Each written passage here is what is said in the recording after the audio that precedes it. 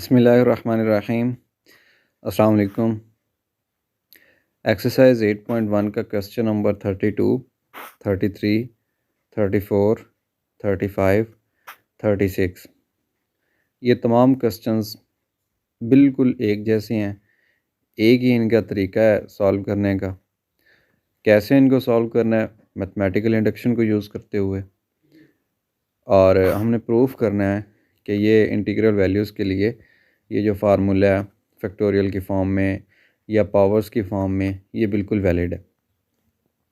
Question number 32 को हम देखते हैं कि n फैक्टोरियल प्रूफ ये करना है कि ये ग्रेटर है 2⁻n-1 for integral values of n greater than 4 or equal to 4, यानी 4 या 4 से बड़े जो इंटीजर्स होते हैं उनके ऊपर ये स्टेटमेंट प्रूफ करनी है हमने कि ये वैलिड है। मैथमेटिकल इंडक्शन को यूज़ करेंगे। क्वेश्चन नंबर 32 की स्टेटमेंट मैंने नोट कर ली है। स्टेटमेंट एक दफ़ा दोबारा रीड करते हैं। स्टेटमेंट में इनइक्वलिटी यूज़ हो रही है और इनइक्वलिटी के लेफ़्ट साइड पे है फैक्टोरियल। कोई भी ऐसा इंटीजर जो 4 या 4 से बड़ा हो उसका फैक्टोरियल लें तो वो ग्रेटर होगा 2⁻n, यानी उसी जो इंटीजर हमने इधर यूज़ किया होगा उसी को अगर 2 की पावर में लिख के नंबर मालूम कर लें और फिर उसमें से एक कम कर दें तो ये फिर भी छोटा होगा फैक्टोरियल वाले आंसर से। और ये कब पॉसिबल है?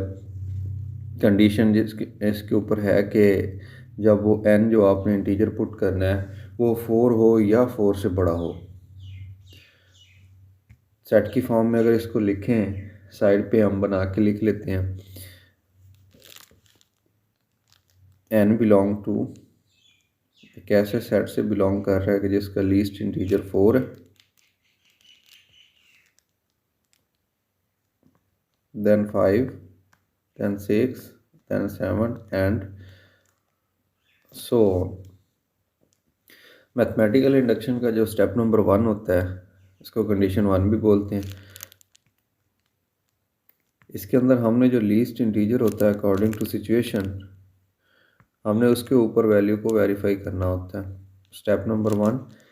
अब इस केस के अंदर अगर लीस्ट देखें, लीस्ट पॉजिटिव इंटीजर, तो ना ही तो हमने 1 यूज़ करना है ना ही हमने 0 यूज़ करना है, बिकॉज नेगेटिव का जिक्र नहीं है, पॉजिटिव का जिक्र भी नहीं है। जस्ट इतना उसने कहा था कि greater or equal to 4 integers हैं। तो जो सबसे लीस्ट होगा इस सेट के अंदर वो 4 है, तो हमने n को 4 के इक्वल पुट करना है और फिर उसको करना है हमने solve n equal to 4।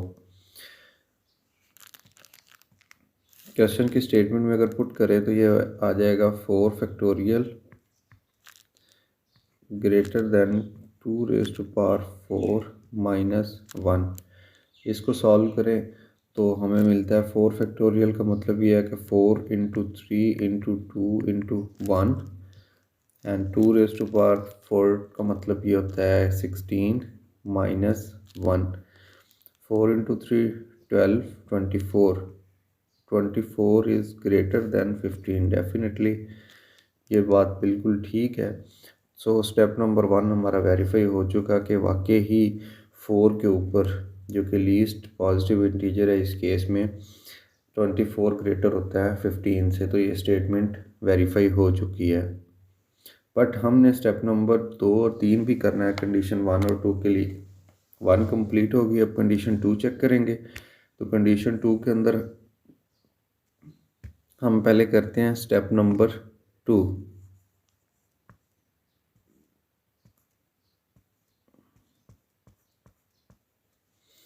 Step number 2 क्या होता है? इसको सपोज वाला स्टेप कहते हैं, या इसके अंदर हमने फ़र्ज़ करना होता है। Let us suppose that our statement is true. फ़र्ज़ किया कि हमारी जो स्टेटमेंट है वो किसी भी पॉजिटिव इंटीजर जो 4 या 4 से बड़ा है उसको हम k से रिप्रेजेंट करते हैं।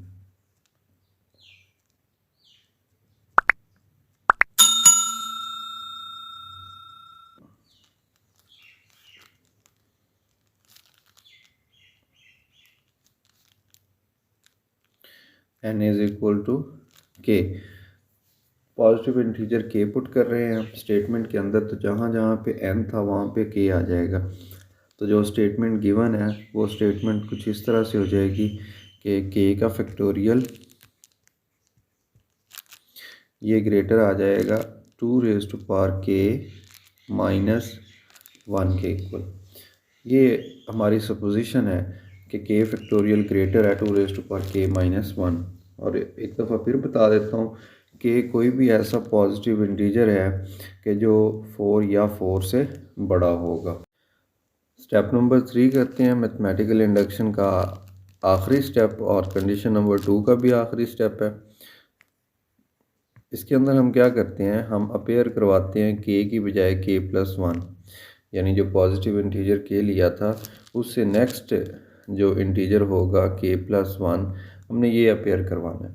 बट क्योंकि इस इनइक्वलिटी के लेफ़्ट साइड पे फैक्टोरियल नज़र आ रहा है, तो हमें फैक्टोरियल की डेफिनेशन, बेसिक जो डेफिनेशन है वो क्या होती है, वो होती है कि अगर फैक्टोरियल आ जाए तो हम इसको ओपन करके लिख सकते हैं, इसमें से एक कम कर दें, n है तो n into n minus 1 factorial लिख सकते हैं।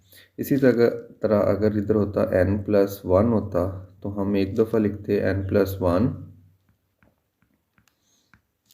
और साथ में लिख देते n का फैक्टोरियल, अगर इधर n+1 का फैक्टोरियल होता। तो ये एक बेसिक जो फैक्टोरियल की डेफिनेशन ही कह लें इसे, या फैक्टोरियल की प्रॉपर्टीज़ कह लें, तो इसको अब अप्लाई करना है हमने अपने इस केस के अंदर, क्योंकि हमें k की बजाय k+1 का फैक्टोरियल चाहिए। तो अगर मैं इधर लिखूं k+1 का फैक्टोरियल तो ये कुछ इस तरह का होगा।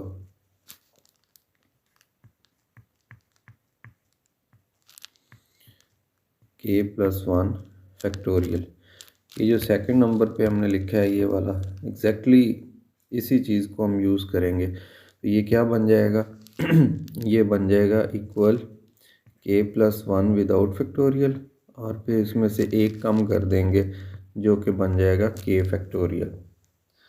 अब अगर इस चीज़ को देखा जाए तो इसमें जो k+1 है ये एज इट इज़ आ जाएगा k+1,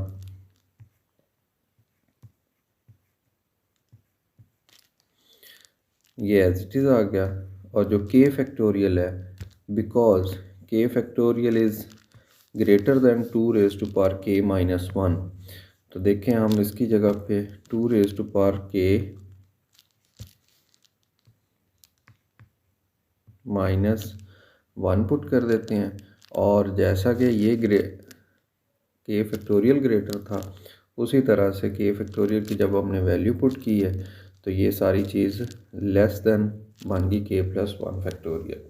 अब इस चीज़ को हमने अभी अपने स्टेप नंबर जो 2 है उसमें जो इक्वेशन 1 है उस जैसा बनाना है, क्योंकि मैथमेटिकल इंडक्शन का जो प्रोसेस है वो है ही ये कि आपने सपोज कर लेना है किसी भी पॉजिटिव इंटीजर k के ऊपर वैल्यू को, और फिर उससे नेक्स्ट जो पॉजिटिव इंटीजर होता है k+1, अगर उस जैसी वैल्यू बन जाती है स्टेप नंबर 3 में, स्टेप नंबर 2 और 3 में सेम वैल्यूज़ बन जाती हैं k और k+1 के लिए, तो फिर हम कहते हैं कि जी ये पैटर्न ठीक है, लिहाजा हमारी कंडीशन 1 और 2 वेरीफाई हो चुकी हैं और मैथमेटिकल इंडक्शन के ज़रिए हमारी स्टेटमेंट भी ट्रू है।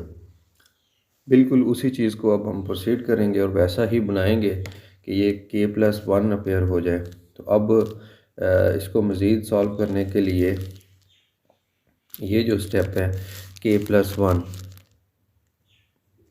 अगर मैं k+1 को ऐसे लिखूं for the sake of simplicity, because हम अपने सॉल्यूशन की तरफ बढ़ रहे हैं,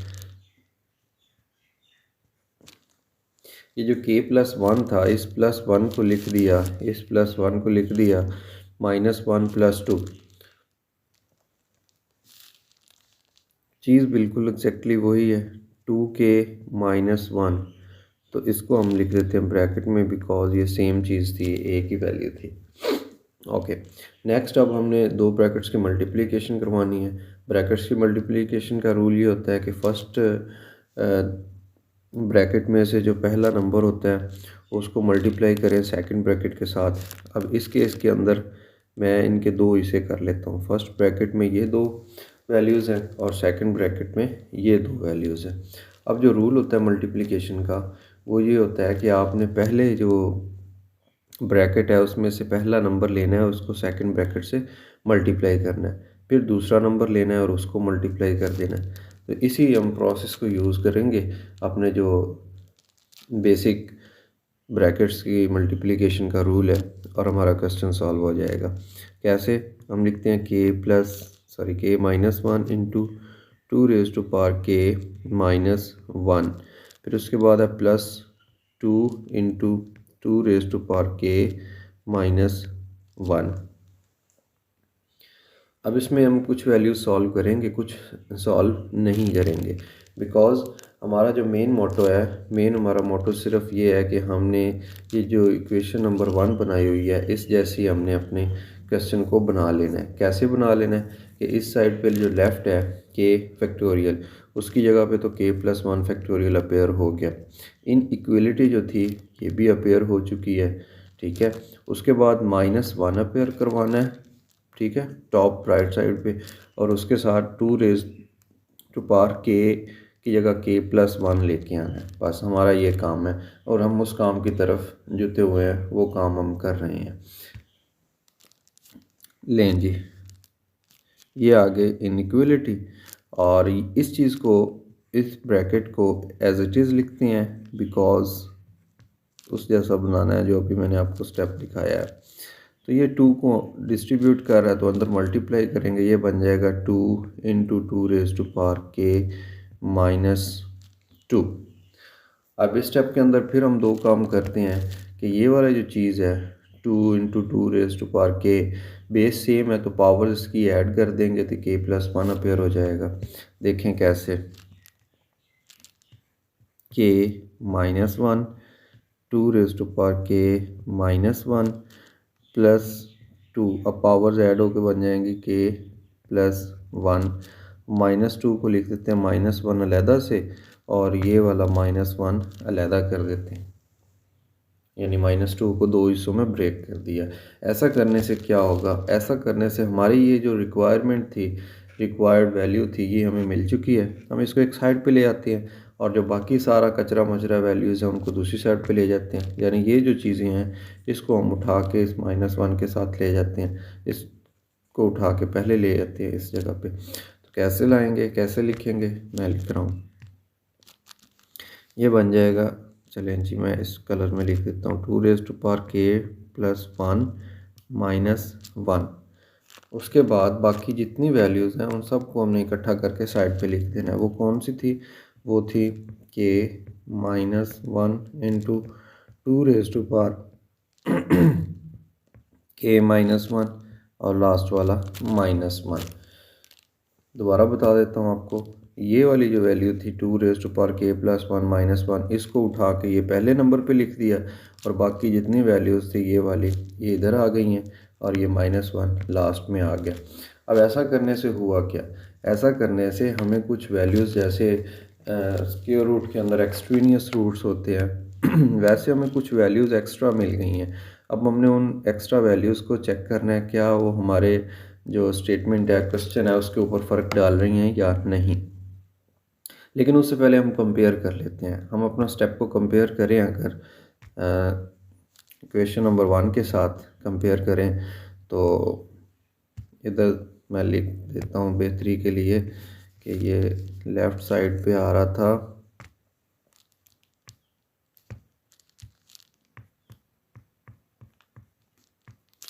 के प्लस वन फैक्टोरियल। तो अगर इस कंपेयर करें तो इक्वेशन नंबर 1 में देखें कि के फैक्टोरियल है, तो जबकि हमारे पास लेफ़्ट साइड पे के प्लस वन फैक्टोरियल आ चुका है नेक्स्ट टर्म के लिए, बिल्कुल ठीक है। इनइक्वलिटी थी, इनइक्वलिटी आ गई है, बिल्कुल ठीक है। टू रेज टू पर के था, जबकि अब हम टू रेज टू पर के प्लस वन है, बिल्कुल ठीक है। माइनस वन है, बिल्कुल माइनस वन है। अब ये जो लास्ट में वैल्यू है ये एक्सट्रेनियस है कि जिसके होने से इनइक्वलिटी पे फ़र्क नहीं पड़ेगा, बट हमारा जो क्वेश्चन है ये इतना तक वेरीफाई हो चुका है, जिसको कि हम स्टेप नंबर 3 बोल रहे हैं मैथमेटिकल इंडक्शन का। ये चीज़ फजूल है, एक्स्ट्रा है, यानी इसको अगर इसमें ऐड भी कर देना इस वैल्यू के अंदर फॉर एनी वैल्यू ऑफ के, तो ये वाली चीज़ फिर भी ग्रेटर रहेगी। एक केस तो हम प्रूफ कर चुके हैं जिसको स्टेप नंबर 1 कहा था। एक केस और करते हैं। फॉर एग्ज़ाम्पल मैं यहाँ पे एक वैल्यू कंसीडर करता हूँ n=4 पे, तो हम चेक कर चुके हैं स्टेप नंबर 1, या k लिख लें या n लिख लें। अगर n की जगह हम 5 पुट कर दें या k की जगह कोई ऐसा पॉजिटिव इंटीजर ले लेंगे जिसकी वैल्यू 5 है, तो 5 के लिए अब हम चेक करते हैं। तो बेहतरी के लिए मैं इसको k लिख देता हूँ, बजाय ये कि इसको n लिखा रहने दें। k=5 पुट करते हैं और फिर देखते हैं कि ये जो वैल्यू एक्स्ट्रा थी इसके ऐड करने से कोई फ़र्क पड़ा या नहीं पड़ा। एक दफ़ा मैं सारी स्टेटमेंट दोबारा लिखता हूँ और फिर उसके बाद हम इसको प्रूफ करते हैं। स्टेटमेंट क्या है? स्टेटमेंट है जनाब के k+1 factorial this is greater than 2 k+1 plus k-1 into 2 k-1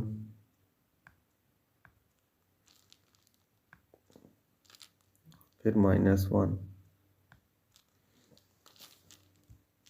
ये स्टेटमेंट है जी।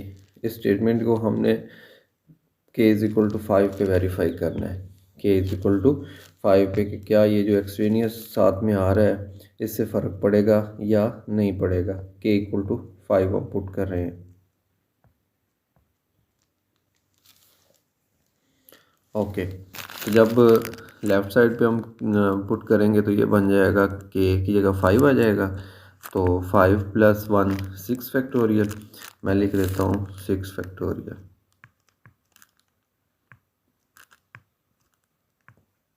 2 और इधर जब हम चेक करेंगे k+1 पावर में है तो k की जगह 5 आएगा, 5 + 1 ये 6 हो गया। और सॉरी एक मिस्टेक हो चुकी है हमारे वैल्यूज़ पुट करते हुए, ये इस जगह पे ये वाली 2k+1 था और उसके साथ -1 भी था जो कि इधर नहीं लिख सके हम। चलें आप सही कर देते हैं इसको।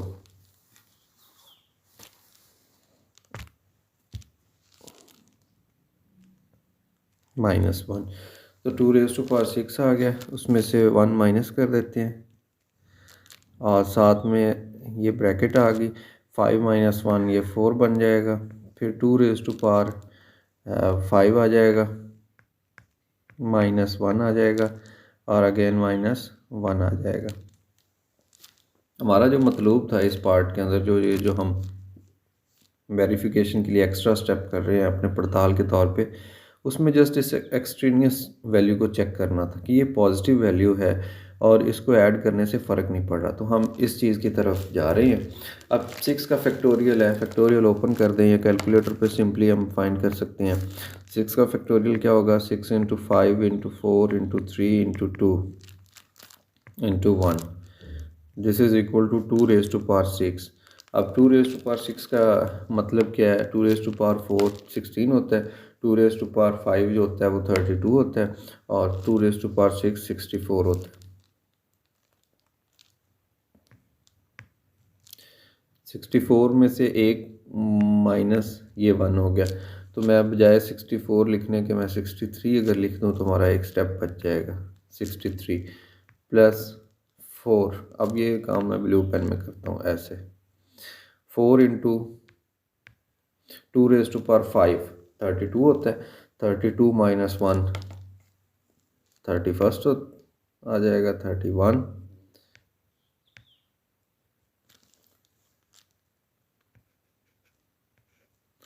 फिर -1 आ जाएगा। और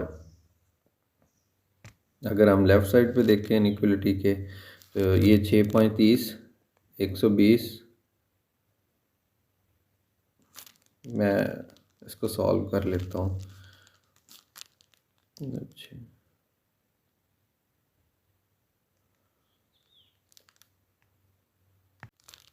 ये मैंने साइड में मल्टीप्लाई करके चेक कर लिया। ये देखें ये बन रहा है 5 फैक्टोरियल 120 होता है और इसको 6 से अगर मल्टीप्लाई कर दें तो 720 बन जाएगा। तो लेफ़्ट साइड पे आंसर आ गया 720। राइट साइड पे क्या है, ये आ गया 63 प्लस ये मल्टीप्लाई हुआ 4 1 4 4 3 12 1 to 4 1 to 4 में से ये वाला -1 होगा तो इसको 1 to 3 लिख सकते हैं हम। 1 to 3 को अगर ऐड कर लें इसके अंदर तो ये फिर भी 720 से छोटा ही बनेगा।